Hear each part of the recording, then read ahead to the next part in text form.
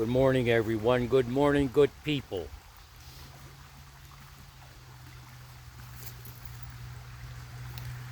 Good morning to my friends around the world. Thank you for stopping by. Thank you to all my new subscribers. Thank you. Thank you for listening to my teachings, and thank you for helping me. How's your heart today? How's your heart today? Put your right hand on your chest right now. Do you feel your heart beating?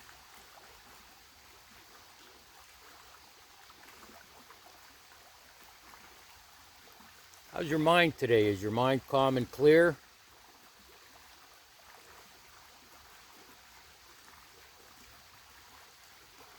The question today is, who's running the planet?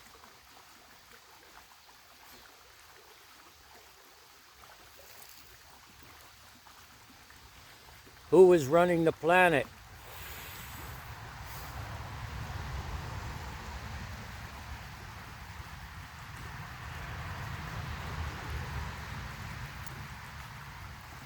As I sit here at the sacred grove, under the sacred trees by the sacred creek, and have a sacred moment with you, I ponder that question.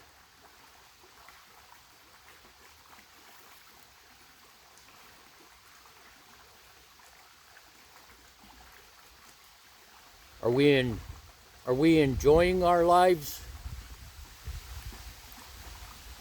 Or are we hell-bent on arranging everything to suit ourselves?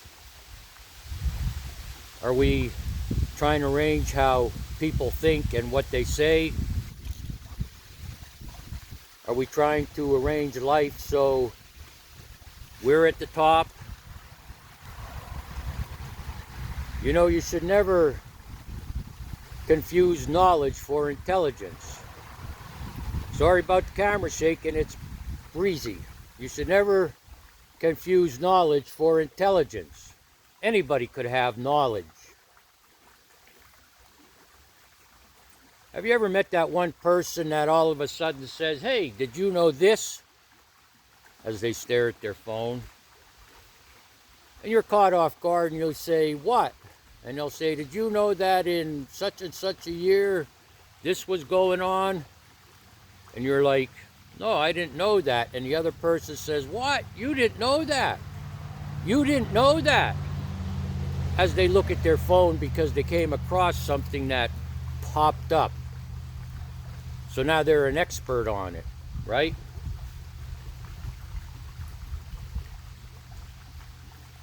In a way, those people that think they are experts on a subject, they think they're running the planet. They think they should arrange the lights on the stage. They think people should be here or there or otherwise. And they spend their time not concerned with their own life, the ups and downs, the obstacles,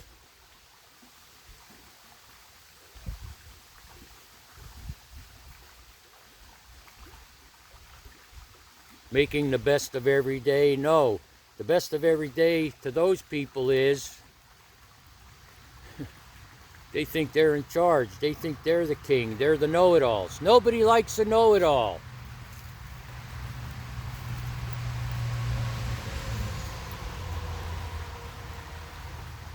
To be here on this planet right now is a privilege. It's a privilege.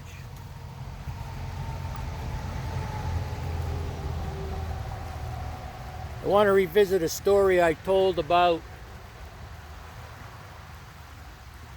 how we are created in the womb. In the womb.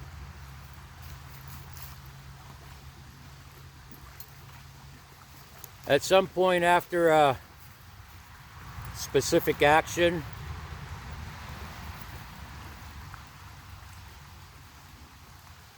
sperminators, let's call them, make their way toward an egg. Millions of them. And when they get to the egg, having gone through that process, there are about 200 left. Over here, buddy. Come here. There are over 200 left. Around 200. And they reach one egg. And then the egg lets off a chemical to attract one of them.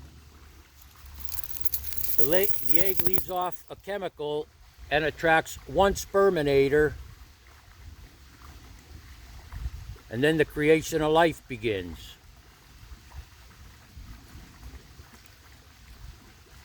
Out of millions of sperminators, then down to 200, I would say your chance of being here is pretty remote.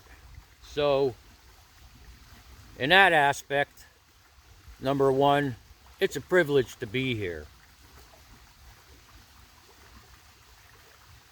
The other side of it is, folks, our lives are what we make them. We create it. You could say we create our reality. Well, our reality is our day-to-day life. How we interact with people.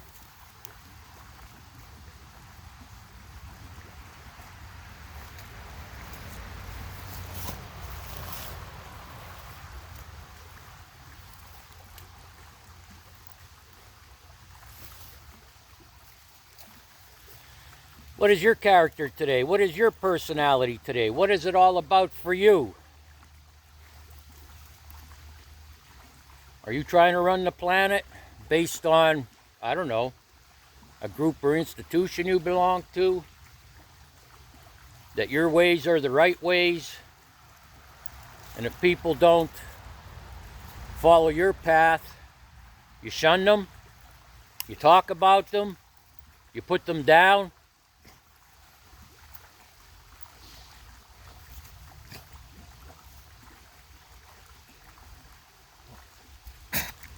Our life is our responsibility.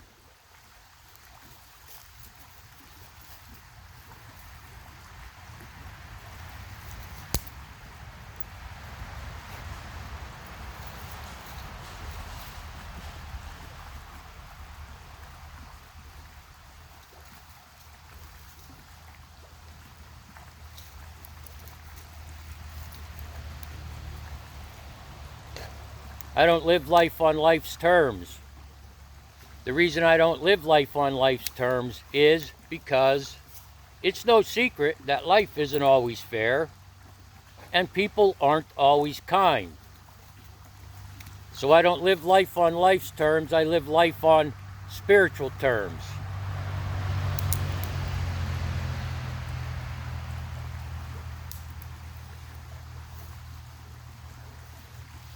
At every opportunity that I could examine a situation going on, an experience I'm having, I examine it.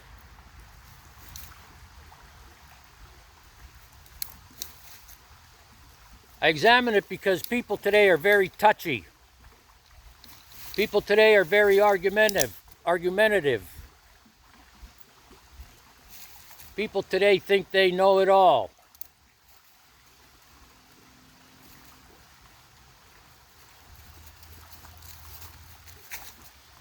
To live life on spiritual terms means I'd have to know some spiritual principles.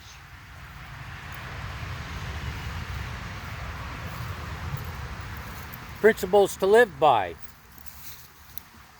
Principles that improve my quality of life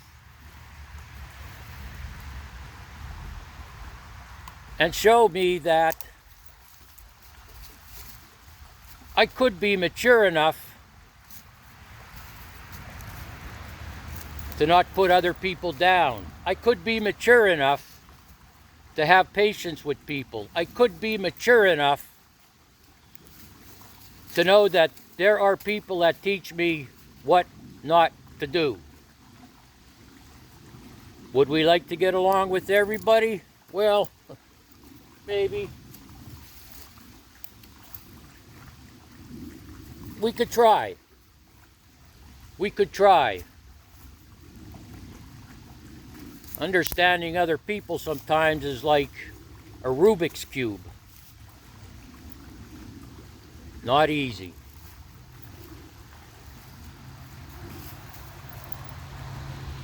Who's running the planet? It's not some world government, although they may have aspirations to do so one day.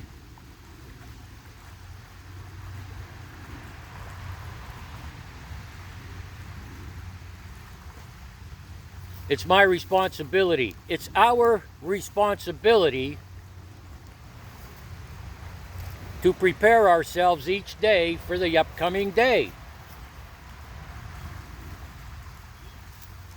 Now, I'm retired, so I don't have to deal with commuting to work and people at work. I did, so don't think I don't have experience there.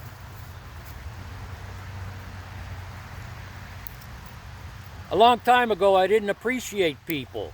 A long time ago, I thought the world centered on me. A long time ago, I was so self-centered that if you didn't agree with me, I just might lash out. But that was before a spiritual awakening. That was before a psychic change. That was before a profound personality change.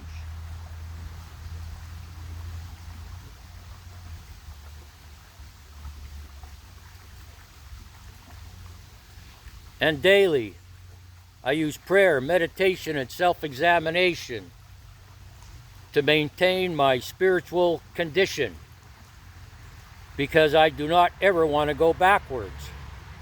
I don't ever want to go back to the person I was before a spiritual awakening decades ago. And just because I had a spiritual awakening decades ago,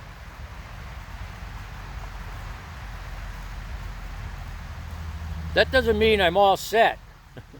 Ready, set, go, right? Ready, set, go. As a matter of fact, I still have spiritual awakenings. You may call them epiphanies. You know, that moment when all of a sudden something makes sense. That moment when we realize perhaps our behavior was a little out of tune, like a out of tune guitar or piano. You'd notice that in a song. In a way, life is a song, and we are the composers. Here at the Sacred Grove, I listen to the sounds, the song of nature, the creek flowing, the leaves in the wind, the birds, the animals.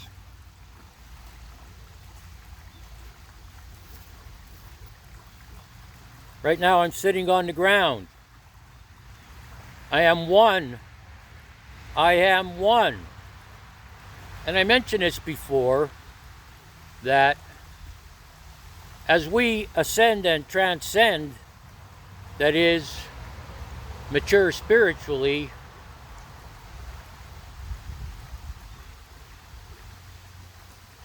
we experience above the normal level. We exist above the normal level. We exist above the physical level. We exist above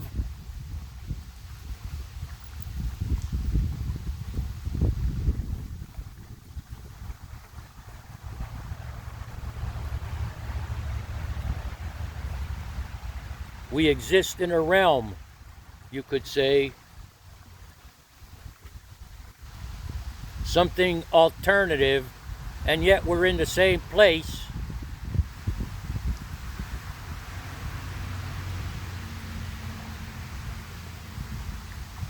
And as a result of having that personality change, as a result of having that psychic change, as a result of having spiritual awakenings, we know our place. We know our place. Do you know your place? What is your place in the world? What is your place on this planet?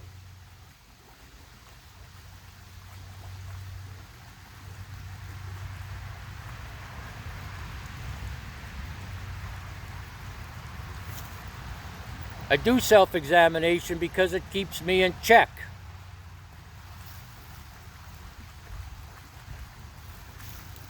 If I have a feeling that perhaps I spoke inappropriately or acted inappropriately, let's say in a discussion with someone else to solve a problem, if I get a feeling that perhaps my behavior wasn't stellar, so to speak, I examine it. And if I owe someone an apology or an amends, I make it. And then I go somewhere like this place and think about the situation again and ask myself, what could I have done differently?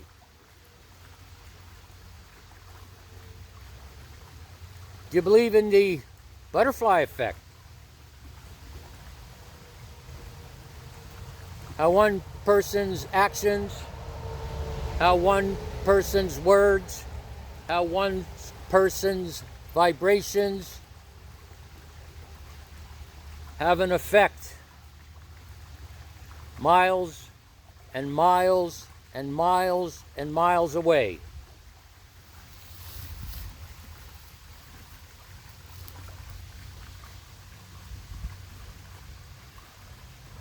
The gifts of a spiritual awakening, the gifts of a psychic change, the gifts of a profound personality change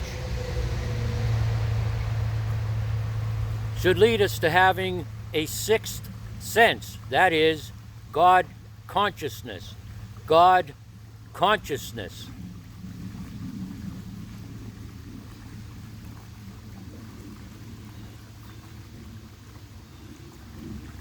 What is God consciousness, you may ask, right?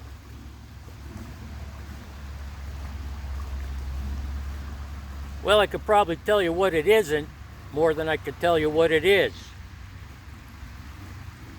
Having that sixth sense, that God consciousness, does not mean we're better than everyone else or anyone else. God consciousness means we understand we're all connected on this planet. We are all a piece of the puzzle.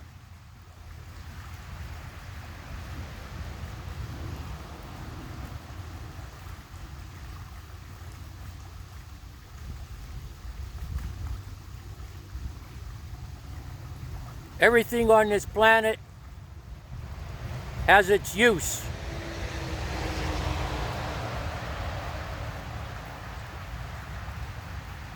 It's been designed a certain way by the Creator, you could say,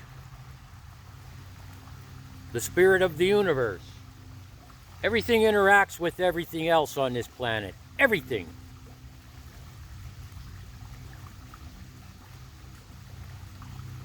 For us, travelers on this spiritual path to enlightenment, you could say,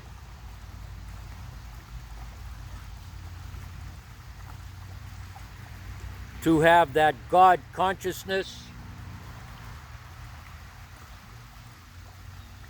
that God consciousness means to me at some point I made a connection with the divine, the one, capital O. God, higher power, creator, all-father, spirit of the universe, Muhammad, Jesus, Yahweh, Allah, Buddha, Sita, Ram, Ganesh.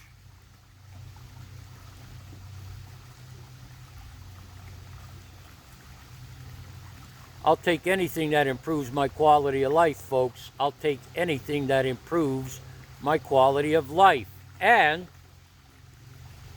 puts me in my proper place amongst all the living things on this planet. And just like the butterfly effect,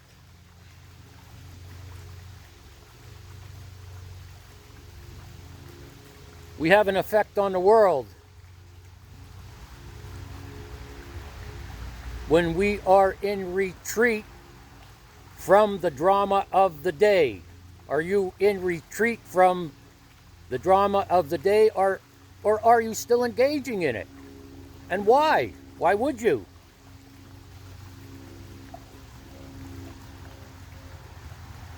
I explained to someone a little while ago, at this point in my life, 8 days I'll be 66. Right now I could be considered an eccentric. You could say I'm a man of solitude, and that's just the path that developed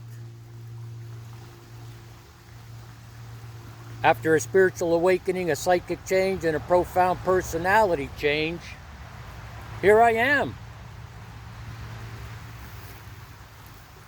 And I'm not lonely. I'm not lonely. I'll tell you why I'm not lonely. My guru once said, if you can't be alone with yourself,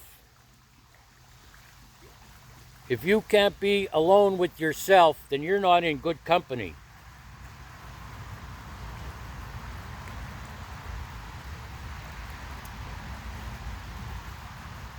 I don't need validation every day from other people. I don't need to roam the earth like a roaring lion looking for someone to devour. I don't need to prove to anyone that I know more than them. I've said it before. I'll say it again. You can tell the difference between a know-it-all and someone who takes knowledge and applies that knowledge to their life. Applies the knowledge to their life.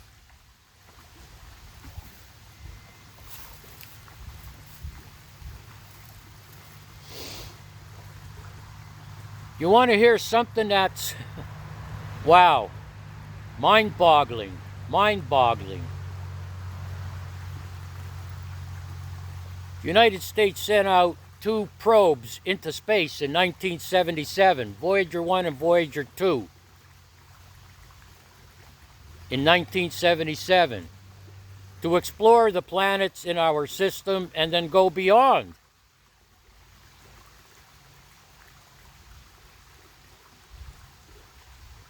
And they are beyond our planets.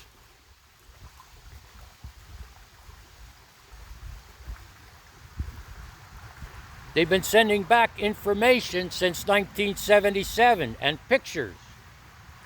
And here's the mind-boggling thing. Those 2 space probes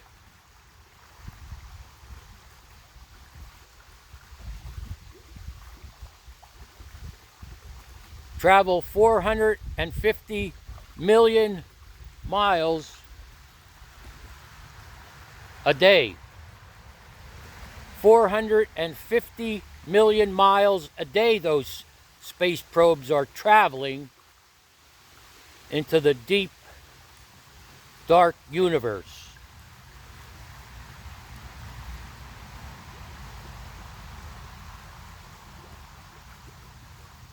It may be 450 miles, it may be 450 million miles an hour. And if that's the case, I stand corrected. But it's at least 450 million miles a day. Could you imagine it?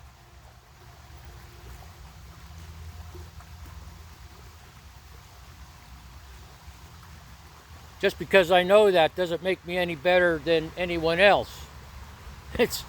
And it's not useless information. It's very interesting information. As a matter of fact,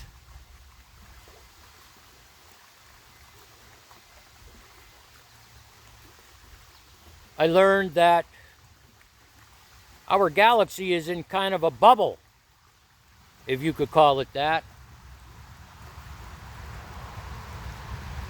And these space probes are outside of that bubble now. Of course, if you think this is all a simulation, then you have that view. And it may be, I don't know. If it is, I like it. I like it.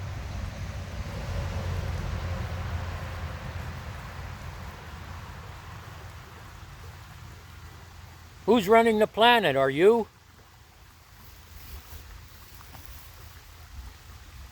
And why? Why do you think you need to arrange the lights and make the show go the way you want it?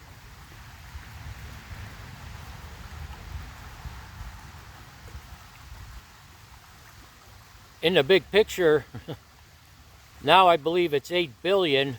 There are 8 billion people on this planet. Do you have any idea how many 8 billion people are? We're just one. We're just one. We're just one tiny little molecule. Piece of the puzzle.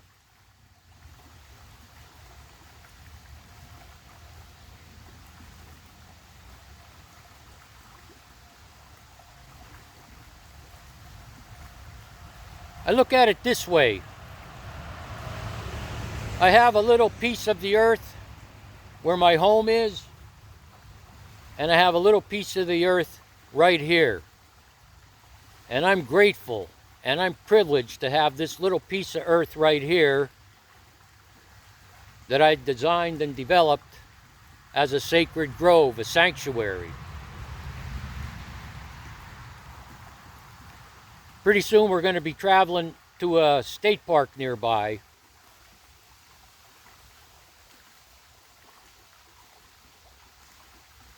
For a little bit of a change. And I choose this one specific state park because for me, it's holy ground.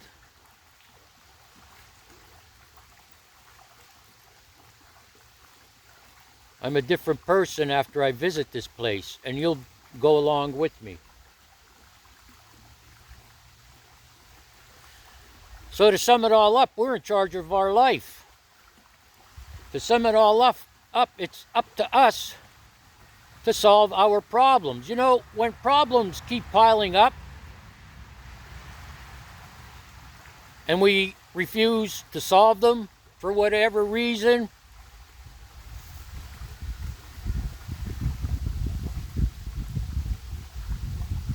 we lose our balance. It's easy to fall over, fall down, fall flat on our face. Why aren't we addressing problems? I'll tell you one reason why, from my experience, decades of working with recovering alcoholics and drug addicts, is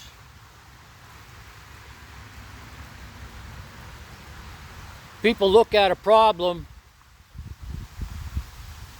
and think the worst is going to happen. People look at a problem and think they might expose something about themselves. People look at a problem and are afraid to approach other people about it. They have in their mind what's going to happen. They think they know what's going to happen. Maybe they'll go into it so much, they'll think about 3 or 4 scenarios of bad things that could happen, or negative things that could happen, or what could happen that I wouldn't approve of.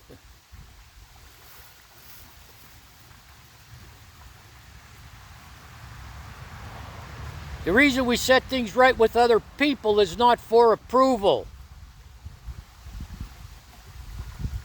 It's as much for us as it is for them.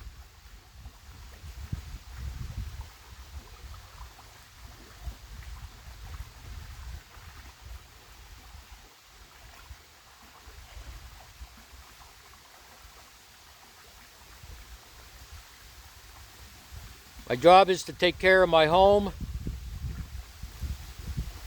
I'm responsible for Ace, my rescued pit bull, and I keep my vehicles in good running order.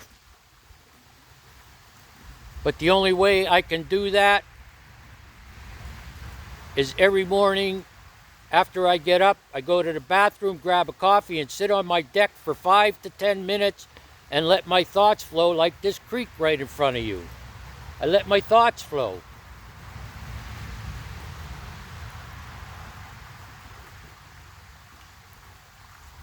At first, just sitting there with all these thoughts flowing,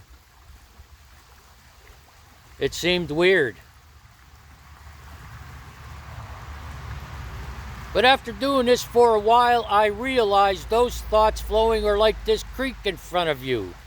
Water flowing, thoughts flowing. And if you've ever walked a creek, you know there are points where the water is still. It's like a pond. On one side, the creek runs into the pond, and the other side, it runs out. But it's still water. It's still. After a while of sitting in silence,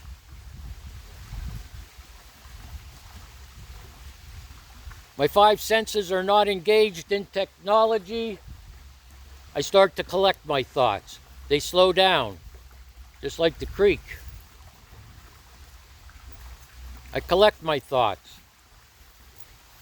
What do I have to do today? What do I need to do today? What am I going to do today? What should I do today? And what is the most important thing I should do today?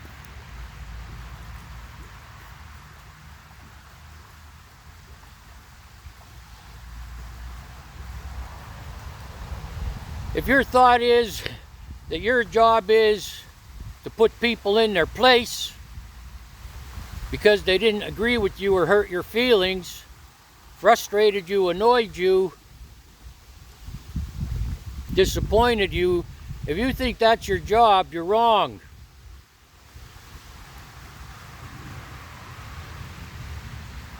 If there's one thing in your job description, it is to set yourself right with the world, to set yourself right with yourself, to stop all the calamity, the drama,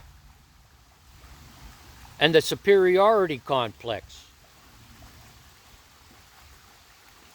Well, what will people think of me, Johan?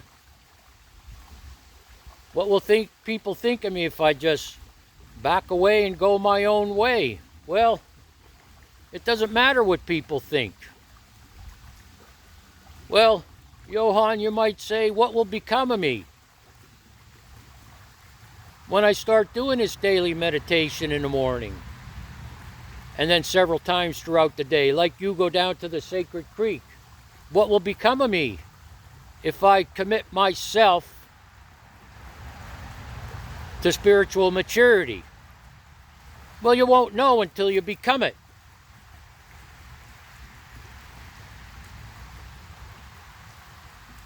Changing your ways. Changing your ways is like crossing a river. You're standing on the bank, you're looking at the other side and saying, yeah, that's where I want to go. I need to get there. So you step into the river and the water is ice cold. Brrr! But you take a few more steps. Then you realize the water's getting deep. Now it's cold and deep.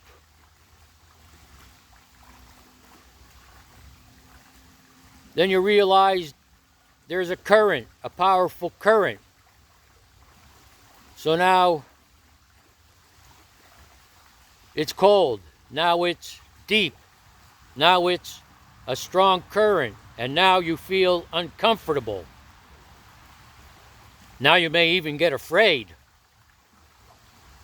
So you turn around and come back and stand on the bank that you're familiar with, that you're comfortable with. See, we get comfortable in our lifestyles. And to make a change is like going across that creek.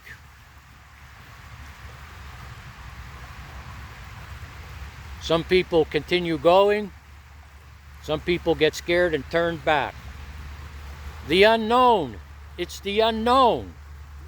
Well, let me tell you something about the unknown life of spirituality. It's not scary. It's not a treacherous walk.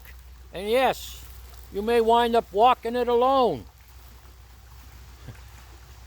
Like millions and millions and millions and millions of other people before you who have gone into solitude for whatever reason. Because at this point in my life, that's where I'm at. That's part of this path.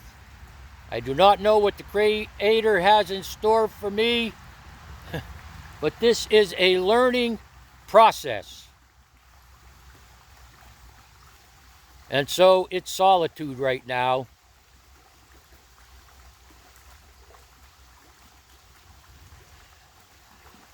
It's getting back to the simple things. It's getting back to my adventures. And every day is an adventure. And I'm not trekking across the United States like Lewis and Clark. But I am trekking on the roads, the pathways, the caverns, the caves, the mountains, the rivers of my mind. Sometimes the mountains are high. Sometimes the rivers are deep and flowing hard. Sometimes the caves are dark.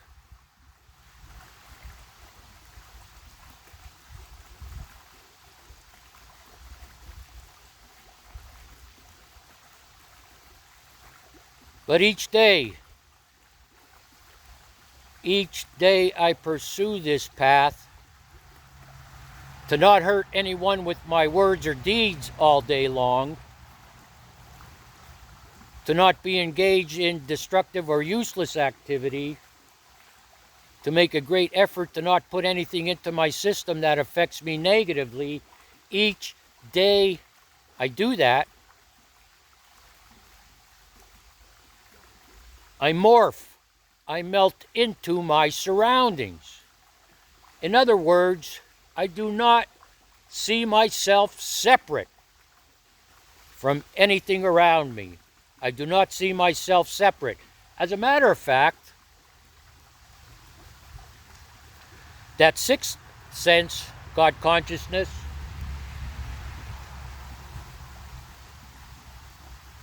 I could call it this, I could describe it this way. I have tapped into an energy source, an energy field, a stream of energy even. The energy that moves the universe.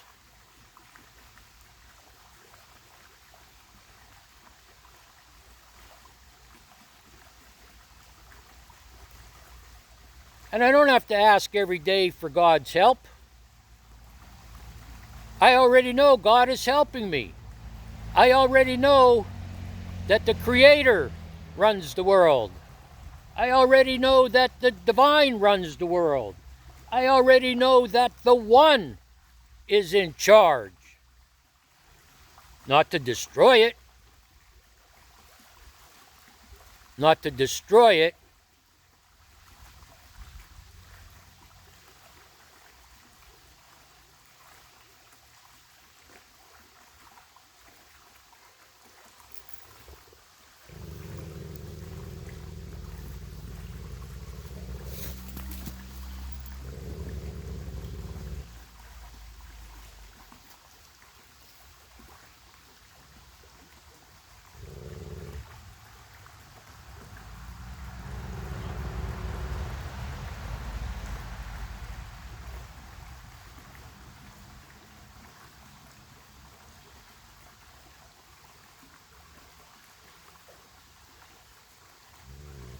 Keep your heart kind.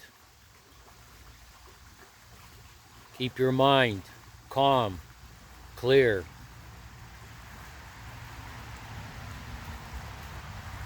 Search and discover knowledge that you can apply to your life that improves your quality of life. That changes the way you look at things, because when you change the way you look at things, the things you look at change. Make it an amazing day.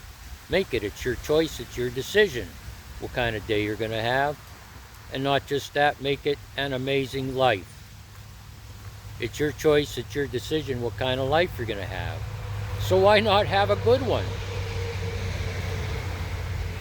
I'll catch you in the next video.